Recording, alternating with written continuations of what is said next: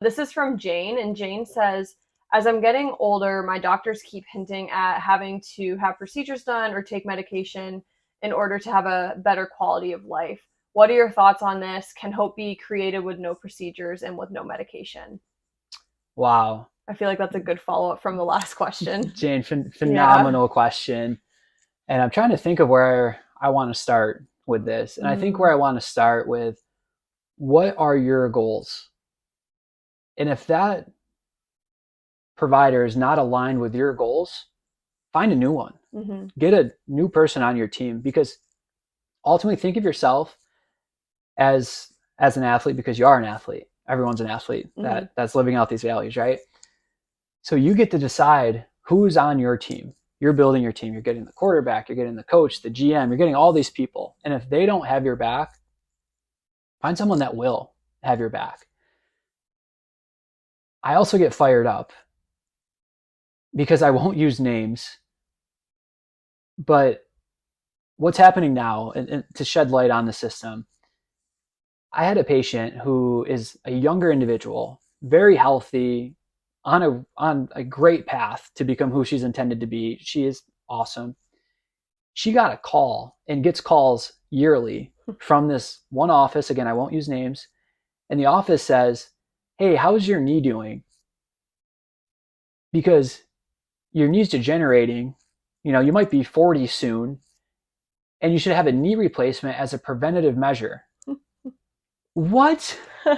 That's ridiculous. When did a knee replacement become a preventative measure? Right. A knee replacement is that you've done everything else in your power, there's nothing left, so Mm-hmm. then you go in to have that procedure. Mm-hmm. Not as prevention to a 30-year-old. Thank the Lord she's medically and health literate, that she hangs up that call and says, "Stop calling me." Yeah. But in my opinion, that is negligence. Mm-hmm. That is, you are intentionally creating harm by telling people that they need a preventative knee replacement. Right. That is terrible. If if I had a provider in that office, oh, I'm doing more than firing. I am I am causing a scene, because that is ridiculous, Wow. because Yeah. providers take an oath to do no harm. And if you're intentionally creating harm in order to get more patients in, to get more MRIs and do more surgeries, like, no, that is not what healthcare was created for. Healthcare was created to make you whole and Mm-hmm. to make you feel whole, not to cut you apart, put a new piece in, and then go, "Oh, that part's good. Go figure it out Right. from here."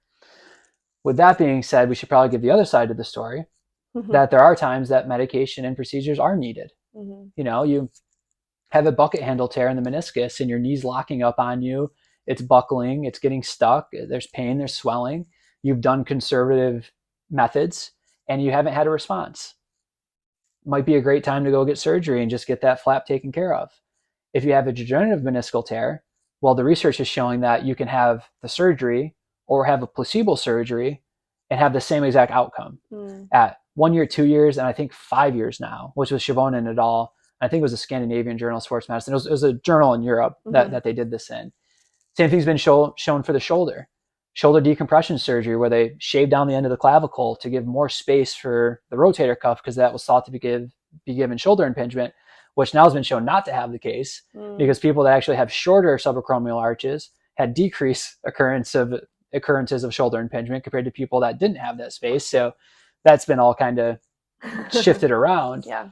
But they used to do this shoulder decompression surgery. Well, research shows that you can do the decompression or you can do a placebo surgery, where they make stitches, close it up, and your outcomes are the same at short term and long term, both functionally, pain, and disability.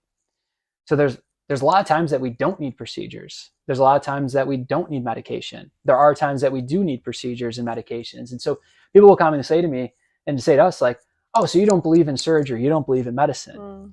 No, we want to declutter the healthcare system so that when a person needs a surgery, the surgeon has the time to be with them and to do a really great surgery, versus them being pressured and burdened and burnt out because of all the things that are coming into their office that they shouldn't be evaluating or taking care of. Right.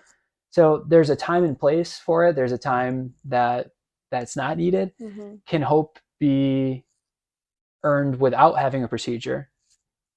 Absolutely. Mm-hmm. Can hope be earned because of a procedure? Absolutely. Mm-hmm. Example I can use here: when I was in my sophomore year of high school, my appendix almost ruptured. I had to go have my appendix removed. That's a surgery. That's a surgery. That's a procedure. Having that procedure gave me hope because it gave me life. Because if that bursted and it was still inside of me and that content got to the rest of my GI system and my abdominal cavity, I wouldn't be here right now.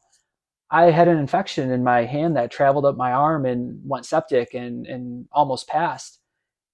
Having an antibiotic gave me hope because it kept me here to now do this. So there's a time and a place for all of these things. It's just better identifying what is the time and what is the place. And what are your goals going into it? And what are your goals going into it? Yeah. Awesome. Well, great answer and great question, Jane. I don't really have much more to add because I just agree with you on all that.